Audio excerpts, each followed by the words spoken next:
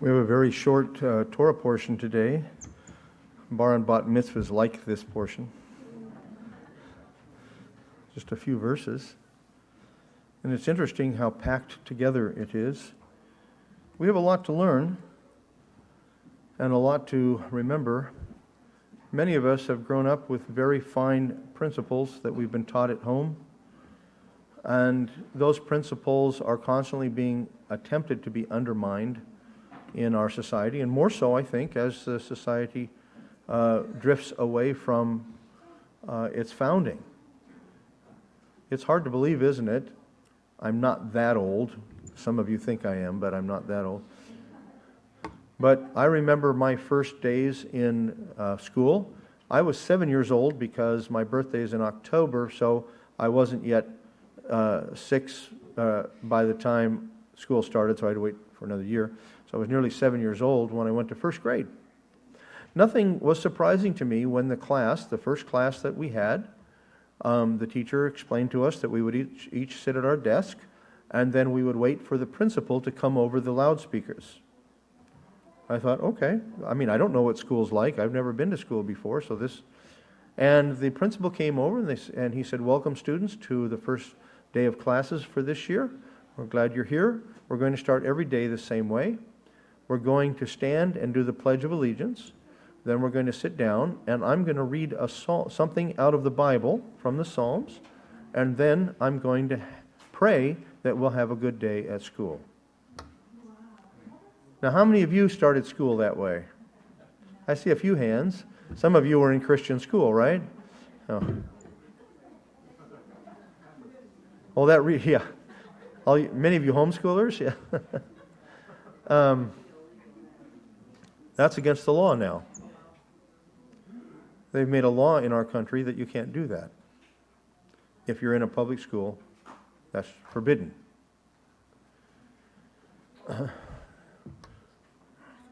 This past week, someone who actually lives here in University Place, she is a nurse, her name is Judy. She works at one of the hospitals downtown, I believe, I'm not sure. But at any rate, she called and asked if I would look at the material that the teachers are being given to have to be very careful here, sexual education that they're offering. And they're planning to incorporate a new whole teaching approach they're trying to get it right here in University Place schools, but it's already in other schools. I was absolutely shocked. What's the name of it? The name of it is, I have it with me in my briefcase, I'll have to look and see. It has an acronym that makes out yeah. These are being required in grade school.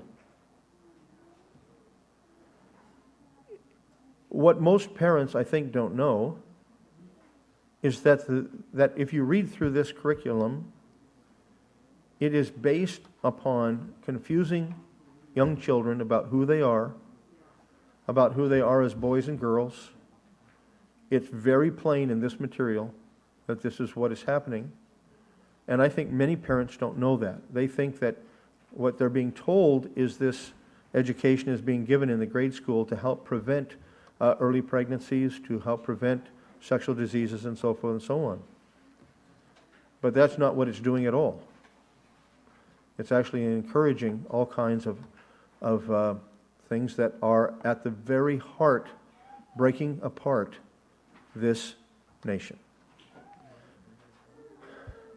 I mentioned this to someone already, but maybe some of you who are artists, I'd like you to make a cartoon for me with just three pictures. The first one is a house that's just falling over, almost ready to fall over. The next is a bunch of people that have government on their back, on their coats, putting sticks underneath the house so it won't fall any further. And the third is a close-up of the foundation, which is cracked and deteriorating. That's what's happening in our country. There is some kind of an attempt to shore up what they think is wrong, and they're forgetting that the foundation is something with regard to integrity, something with regard to family, something with regard to God. We cannot expect to build a nation or to maintain or to make a nation strong when the nation, a majority, or shall we say many, I don't know if it's a majority, but many, at least of the vocal voices and those that are in control, have decided that religion is bad, but that some religions are okay.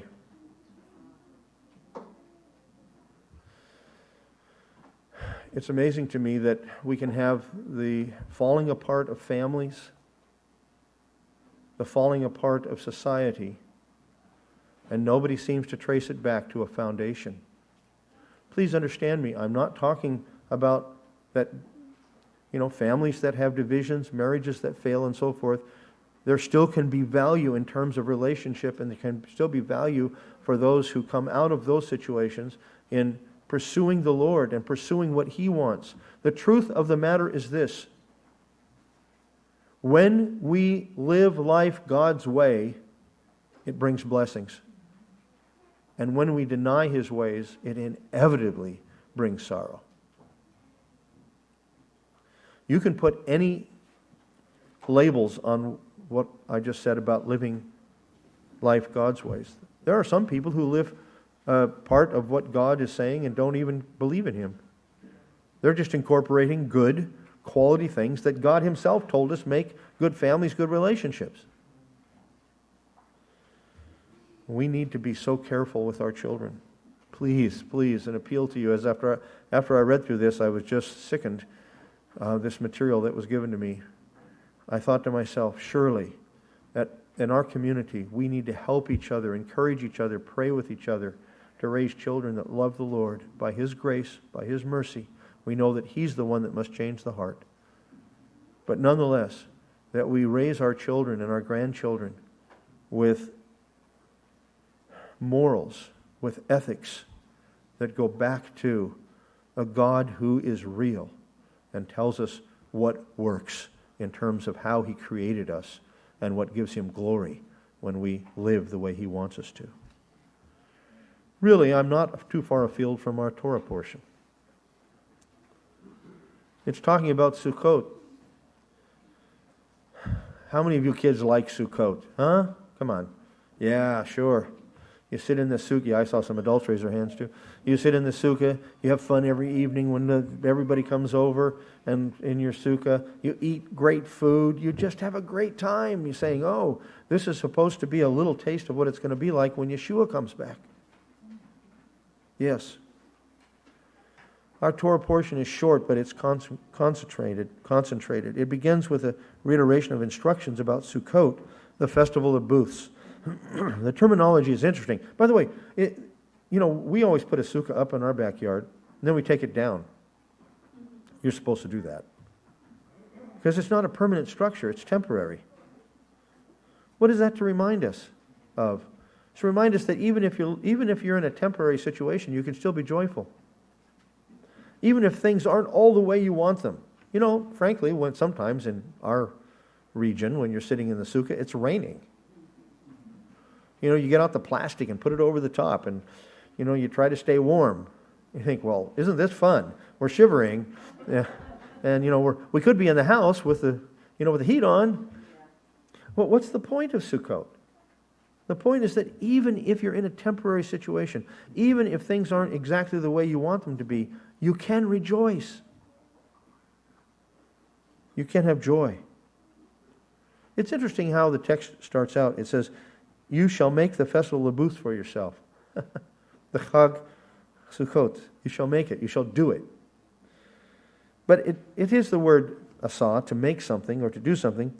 How is it that we're to make the festival? The sages reasoned that it referred to the construction of the sukkah itself, without which the festival would have no meaning. Thus, to build the sukkah is the first requirement of the festival, a place in which one would celebrate the festival for 7 days. That's what the Torah says, right?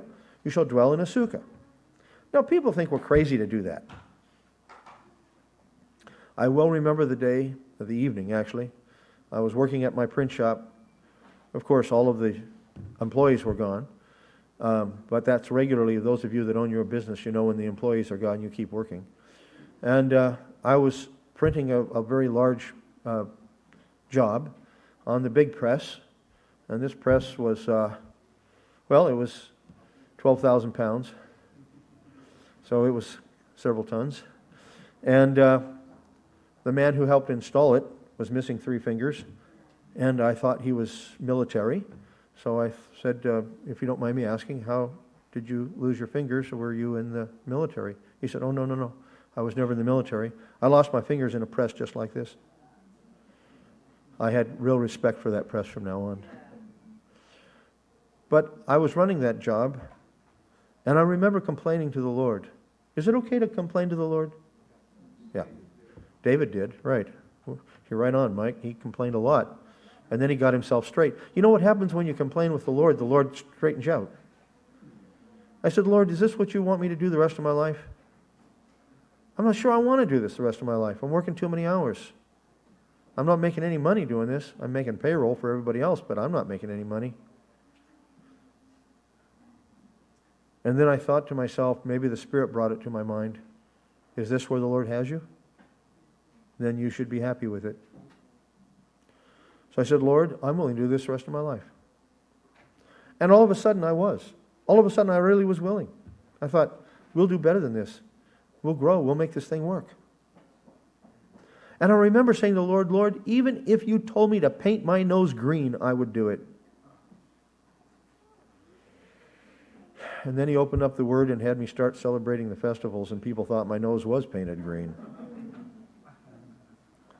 Sometimes the Lord has us do things that others think are crazy. Why do you do these things? These are all gone and done. No, they're not. God wants us to be a witness throughout our generations to His greatness. So He tells us to build a sukkah once a year and to sit in it and to remember who we are in Him. The second requirement is clearly stated, and you will be completely joyous. When collated with the instructions in Leviticus 23, which also talks about Sukkot, it becomes clear that the festival of Sukkot is to be a time of joyful celebration before the Lord for all the blessings He has given to His people. The text actually makes a prophecy. For the Lord Hashem will have blessed you in all your crops and handiwork. Thus, the celebration of Sukkot is dependent upon God's blessing as He promised. Each year, the celebration of Sukkot is a reminder that God has kept His word and blessed us as He said He would. You know, I'm finding out something as I'm getting older. You begin thanking the Lord for things you never thanked Him for before. Is that true? How many times I think to myself, have I done this day by day and never thanked the Lord? All of a sudden I realize, oh, thank you, Lord, for this and this and this, because every good thing and every perfect gift comes down from the Father of lights, with whom there is no deviation or shadow of turning. So we need to be constantly joyful in the Lord and thankful. Well, there are many lessons that we can learn from the celebration of Sukkot, but from an overall perspective, the grand lesson is that God intends His people to realize a life of joy. A joy that flows out of relationship with Him first of all, and then out of the relationships we have among family and friends. In fact, these relationships exemplify the Hebrew concept of shalom, for it is only when there is mutual respect and appreciation that a relationship can produce a full joy. A relationship fraught with the discord of selfishness or deceit is not one which produces joy, for there is no shalom. We have to be careful when we say be joyful. Be joyful doesn't always mean walking around with a big smile on your face. Now, I've known people that seem that they're always smiling, and I think that's great. I say, wow, how do you do that? But you can rejoice even in times of sorrow. Rejoicing is that sense within you that you have a firm foundation that will never change. And that foundation is God Himself. This is why Paul's genius shows forth. Of course, he was guided along by the Spirit when he coined the phrase, in Messiah. That was Paul's whole theology wrapped up in one phrase, in Messiah. What does it mean to be in Messiah? It means the Father will treat me the same way He treats His Son. How did you get in Messiah? It wasn't your doing. He brought you in. Oh, sure, He gave you a heart to say yes. But some, I've at least heard their testimonies say, I came kicking and screaming. I had my heels dug in and He just would not let me go. And if we're His, by the way, salvation belongs to whom? He saved us, not because of good works what we have done, but according to His mercy, He saved us. And Paul tells us in Ephesians that we are His inheritance. That's amazing. You see, when you have those kinds of truths well seated in your heart and mind, you can face sorrow. Now, there's nothing wrong with sorrow and mourning. We remember we're in a fallen world here. Death is all around us. You just have to look at the list that you have for your summer projects. You know, fix this part of the roof. Fix this part of the house. You know, find out how to pay the bills for this, etc., etc. And you think, oh, this summer is going to be full of hard work and who knows what. Well, we live in a fallen world, right? Things wear out. And we have to repair them. We have to replace them. Don't believe the internet, okay? There's things on the internet that say you buy this, you'll never have to repair it. Wrong. They just get you that. They just tell you that lie so you'll buy it. We live in a fallen world. But do we need to let the fallen world overcome our joy? No. Rejoice in the Lord always. And again I say, rejoice. What do we rejoice in? What we know to be true. I feel sorrowful for people who don't know the truth. They don't know what to rejoice in. They're always looking for the next fix. It's temporary. But Sukkot envisions, by the way, Sukkot is plural of what? Sukkah. A sukkah means a temporary hut. Sukkot means a bunch of them. Sukkot envisions a time when peace will prevail and the dwelling of Messiah with us will assure a proper understanding of any and all issues, so that true shalom can be pursued and obtained. There's something that is in every human being that says things ought to be right. Right? Why do we know that? Why do we know that everyone has that in them? Things ought to be right. Because when they're wrong, they get upset, they get frustrated. How when things are wrong, when you say, oh, that's good. You know, when your car breaks down on the freeway and you think, oh, that's fantastic.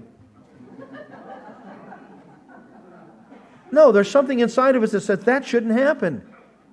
This car isn't that old. This shouldn't be broken. What is it in us that has that? Solomon tells us in Ecclesiastes, in Kohelet, he says, God has put an eternity within them, yet so they can't know the beginning from the end. We have a sense that everything should be right. We just don't know how to get there on our own. Knowing who God is, what He has done in the Messiah Yeshua, what He has promised us, and knowing by faith that His word is true, gives us something that is eternal, that we have as our own. When things go wrong, we say, I know who's in charge. I know who's in control. I don't know all that He's going to do, but I know whatever He does is right. That gives us true hope, true faith, true ability and strength to move to the next important step. It is this very central thread, that of shalom in the life of the one who is joyful, that knits the sections together in our own text. The peace that Sukkot exemplifies can only be realized in the presence of righteousness. Don't think that we will have shalom if our lives are being lived contrary to Him. If we're putting ourselves up as the one in charge, rather than bowing to Him. God's ways are not our ways.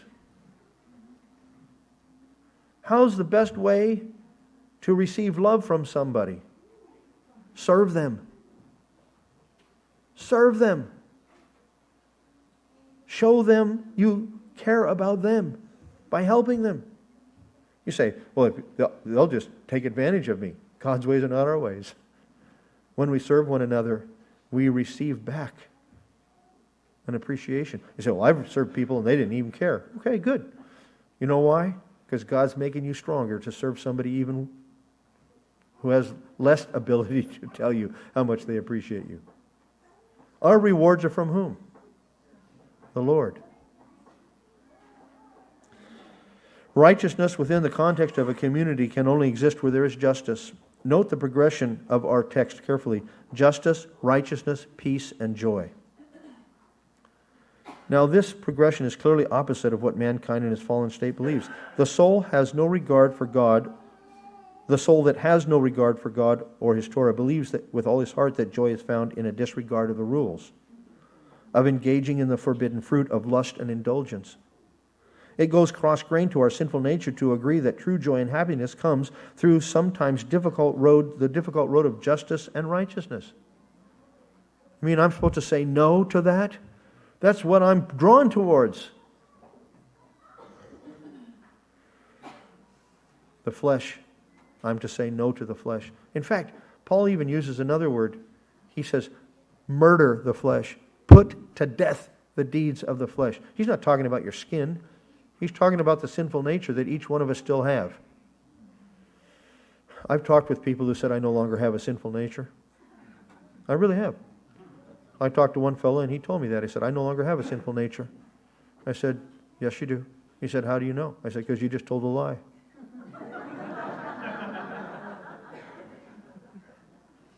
And besides that, that's pride.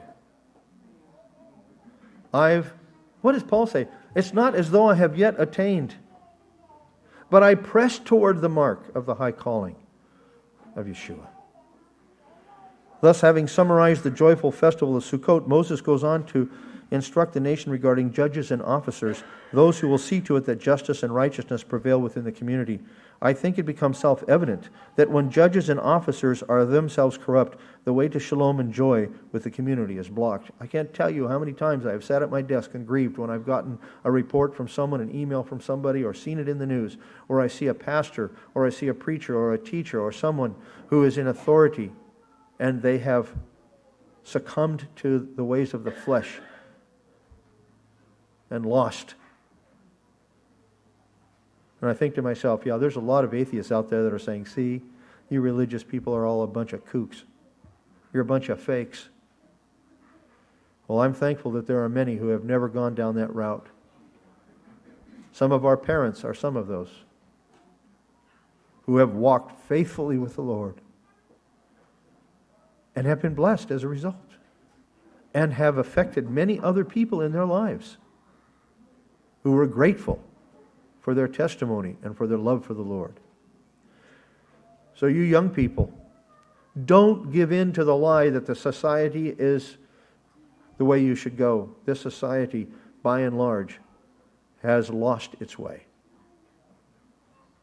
There's a way that seems right unto the man, but the end of it is what? Death. How do we find our way in this society? I know I'm a broken record, but it's okay.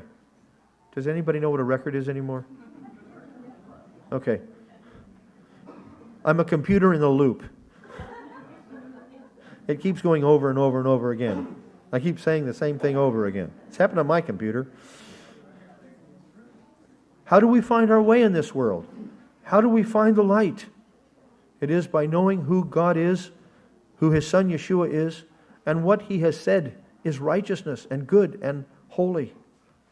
It's in a book called the Bible. You say, I hear that once a week.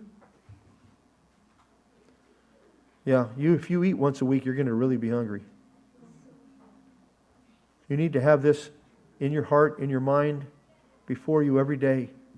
Make it a habit. Open up your Bible, read, and ask yourself simple questions. What does it say? What does it mean? And what does it mean in terms of how I should live? It's just 3 questions. It's easy. See, the establishment of shalom is directly connected to the Torah. As Shlomo comments regarding the wisdom of God in Proverbs 3:17, her ways, speaking of the Torah, are ways of pleasantness, and all her paths are peace. Peace is part of God's eternal character, as it is written in Judges 6:24. Then Gideon built an altar there to the Lord and named it Adonai is peace. The Lord is peace. God is so desirous of peace that He constantly makes peace even in the heavens, as we say, Oseh shalom bimramav, who makes peace in the heavens, Job 25:2. Thus, it is God's intention that His people strive for peace, for in doing so they imitate Him. It is for this reason that judges and officers are appointed, so that as a people we may pursue peace. This is why we have law enforcement officers. This is why we have judges. This is why in this nation we still have a code of conduct. It's being eroded, but it's still there, and we ought to be thankful for it. Those of us who have traveled, how many of you have traveled outside of the United States to a country that didn't have a foundation of a biblical foundation or a Christian, Jewish Christian ethic? Then you know. When I was in Africa, I guarantee you, if you had a rubber band and you left it laying on a table somewhere outside, and you came back, it was gone. The impoverished people will just take anything and everything, but they don't think there's anything wrong with that. That's how they've learned to survive. We live in a nation that still has some justice. And we prayed this morning for the appointment of a judge. Yes, it's so very important. So important are the judges in this respect that they are referred to by the term Elohim in Exodus 21:6. That's the word God. 22:8, 9, and 28. It says, "You shall, when you have a I'm paraphrasing, when you have a dispute between your neighbor, you shall take it to the judges." But you read the Hebrew, what does it say? You shall take it to God. That's what it says. In using the term God to refer to the judges, it should be understood that they are appointed by God to carry out His judgments upon the earth, and thus their words carry God's authority. To revile a judge or to disrespect his judgment is thus parallel to reviling God Himself. This is why in our land early on, when you came into a courtroom, you had to act with certain protocol, or you were dismissed. It is, in fact, with these very texts in mind that one should interpret the saying of Yeshua in John 10:32 through 36. Here, having referred to Himself as the Son of God, He is charged by the Jews of His community, they were Pharisees, with blasphemy, and they are ready to administer the punishment, which was stoning. Yet, based upon the fact that they knew the Torah, Yeshua refers to the time in the Torah where the judges, themselves mere men, are referred to as God. His argument is persuasive. If the Torah refers to mere men who act on God's behalf by labeling them with a divine title, then how much more should He take on the divine name? Should He take on the divine name, who is more than mere man, but who came from the Father and whose works prove His divine nature? He says, "I've done one work, and you're going to stone me." That work was a miracle. What did that show Him to be? One with the Father, the Son, who the prophet said He would come doing miracles to prove who He was. They said, "Well, you make yourself out to be equal with God." Then He quotes Exodus. He said, if God gave His authority to men who are sinners and who have never done this, how much more should you respect the authority of one who comes from Him and goes back to Him? The rabbis, in referring to the high position of the judge or government official, reasoned that for a person and a group of people to appoint a judge which they knew to be less than honest is to incur the penalty upon themselves of showing favor, of judging without justice. We have the unique, in many cases in the world, the unique privilege of voting for people that we intend to take office. It behooves us to know if there's anyone to vote for, and not to vote someone in who we know is just simply going to act unjustly. But even more interesting in this Parashah, in our passage, is the juxtapositioning, or the putting together of the appointing of judges and the laws pertaining to them, and the prohibition of planting an Asherah tree or erecting an Asherah pole near the altar. Now, for those of you that may not know what an Asherah tree or Asherah pole was, it was a cultic sign of paganism that used sexual activity within the course of worship. And so all the Asherah poles were to be cut down, burned, right? Done away with. Again, the rabbis teach that it was near the altar that the Sanhedrin would render their judgments. We know that the courtyard of stone was somewhere near the Temple Mount. They teach that coming into the court and laying hold of the horns of the altar was a signal to the judges that an individual required a decision or a ruling on a matter. That seems to be the case. We have a number of instances where someone comes in and lays hold of the altar, horns on the altar, to say, please, please, please, help me here, render me innocent, so that those who are after me will leave me alone. But we don't know for sure, but that's at least a possibility. To erect idols or idolatrous items in the place where judgment was to be made was to ensure a perversion of justice.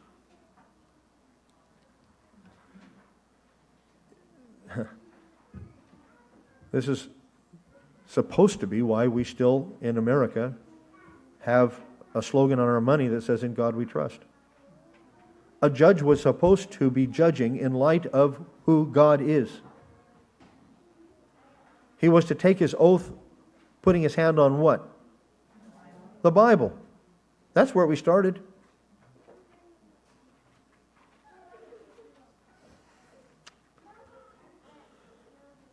Oh, that we would return to that.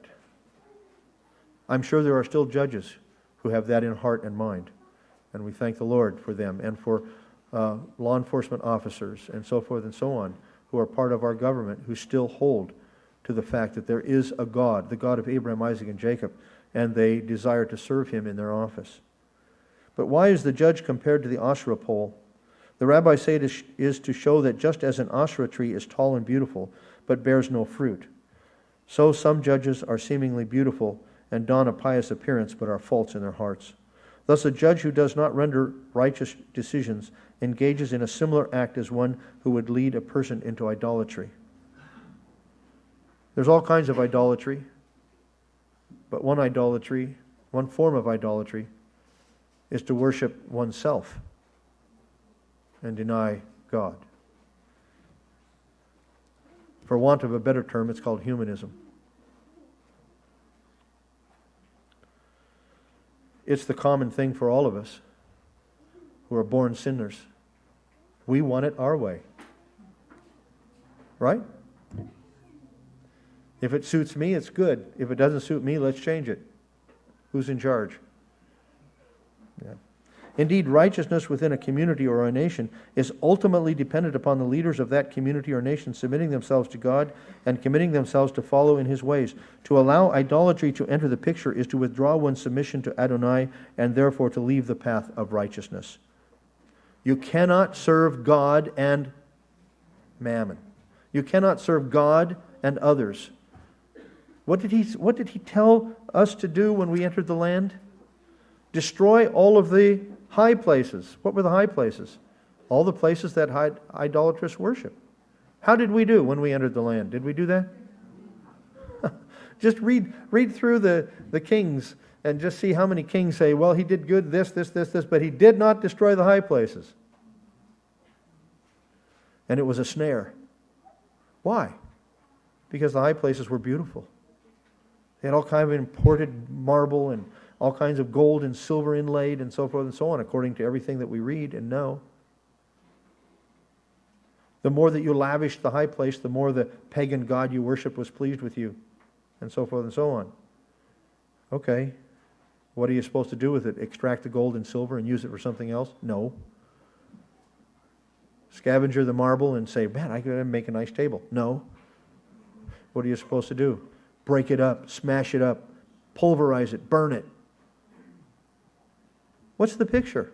Is there anything wrong with ivory? Is there anything wrong with marble? No. What's the picture? God does not want us to mix things that essentially differ. He wants us to be wholehearted for Him. It doesn't mean that we're unloving to those who don't believe in Him. No. We hold our hand out and say, let me tell you. Let me give you what is true. What verse 20 of our section makes a strong statement. Righteousness, righteousness you shall pursue.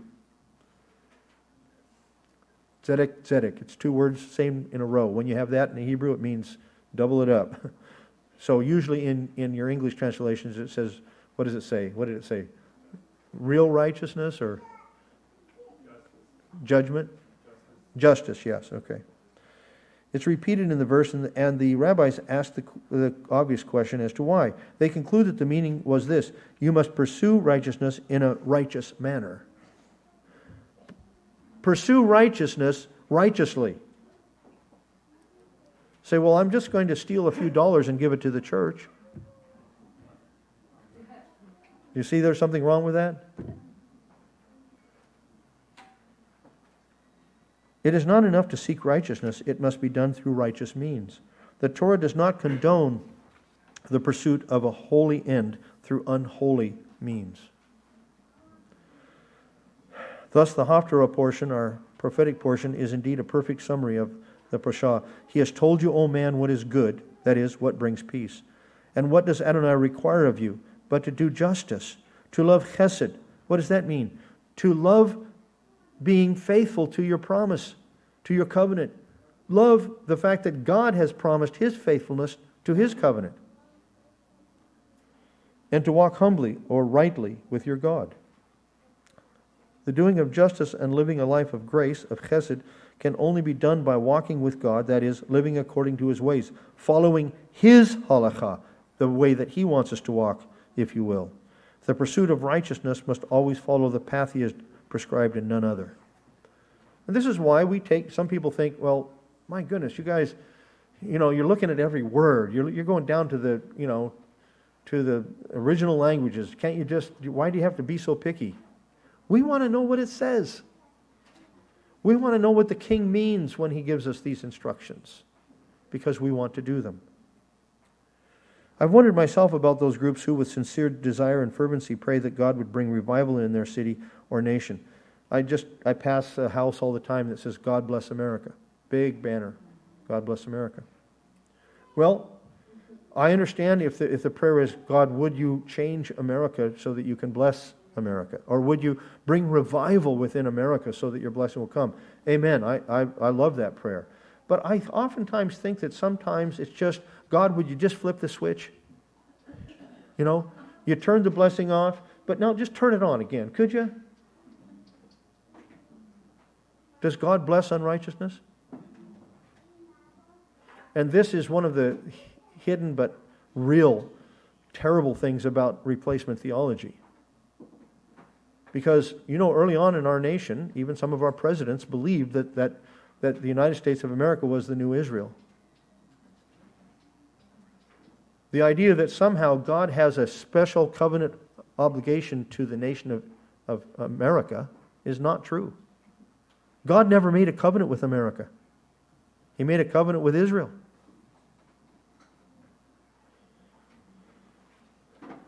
So, why should God bless America? God will bless America when He blesses those within America who are walking in His ways. Because He promised us individually that He would bless us, right? If you obey me, I will bless you. But I gave my 10%.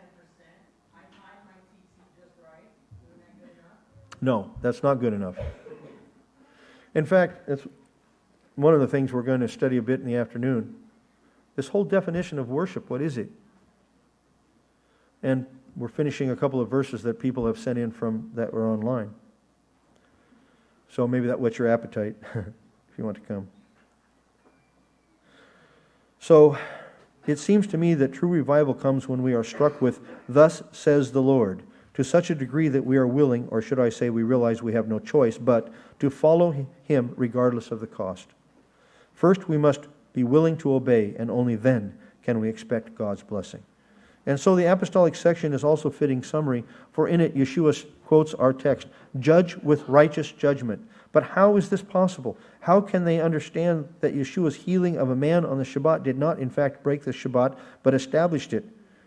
They could only understand it if they were looking at the whole Torah with eyes of faith. Faith to see that the Torah itself pointed to the Messiah. I'm not saying that the unbelieving scholars, the unbelieving rabbis don't have some insight into the Torah. I read them. Sometimes I think their insights are quite, interesting. But inevitably, they come up with the wrong conclusion. They understand the language. They understand the Hebrew. They understand the history and so forth and so on. But they come up with the wrong conclusion. What is the conclusion of the Torah? It's Yeshua. It says on the road to Emmaus in Luke 24, what does it say? And beginning with Moses and all the prophets, he exegeted himself to them. Just read the Greek. Where did he go? Don't you want to know? In the first 5 books, don't you want to know? Yeshua, what did you quote to them? Where did you find yourself there? Oh, what a wonderful journey if you have that question, if you start reading and looking for it. 3 men show up at Abraham's tent. And he falls down on the ground. And he calls one of them Yod-Heh-Vav-Heh. It really bothers the rabbis. So much so that they even, I think, persuaded the scribes to make a marginal note. Yes, the goal of the Torah, you'll read it in Romans 10, but it'll say in your English Bibles, the goal of the law is Yeshua with regard to righteousness. It will say the end. The end of the law is Yeshua. And we hear people saying, oh, see, there it is right there. Yeshua stopped the law. That's not what it tells us. Doesn't mean the end, it means the goal. That's where we get telescope. That's where you get telephone, right? It means going to the very end. Looking at the very end. That's the Greek word telos. Yeshua is the very goal of the law, that to which the law points. Read it that way, but you won't be able to unless you have already accepted him as the Messiah.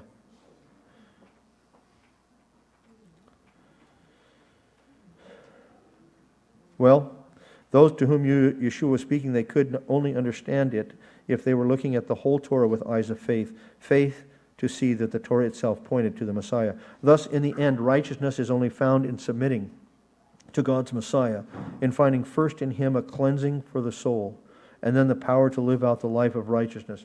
And young people, young adults, children, all of us, please, let's affirm this. Many of us can affirm it to you time and time again. Real happiness in life comes from knowing the Lord and following in his ways. Believe me, it isn't empty. It's full. Oh, I'm not saying there won't be times of trouble, times of sorrow. Yes, there will be. But the strength will come to bear those up. And you will have a firm foundation upon which to face tomorrow. Such cleansing and such power comes from being healed by the touch of the Messiah's hand, by coming to know his saving power, a power which brings true rest, Shabbat rest, to the soul. And this returns us full circle to the issue of peace and joy, where our text ends, or began, in the festival of Sukkot. When we have this picture well in mind, we understand more fully why Zechariah chooses Sukkot as the fitting conclusion of his prophecy of peace. Remember what does Zechariah say in chapter 14? When everything is the way it's supposed to be, when the Messiah has returned and set up the kingdom in a way that has never been seen on earth before, what does he tell all of the nations to do? Come and celebrate Sukkot. Where? Not in Brooklyn? Miami? Salt Lake City? I don't think so. No, the point is that he brings the whole thing to conclusion, and Zechariah says, see, this is where it is. This is where shalom is. This is where true joy exists. And what is it? What is Sukkot? Ultimately, it's the dwelling of God with man. It is the final and wonderful victory which God himself has won through the work of his Messiah. That's what I think is the primary point of our Torah portion today.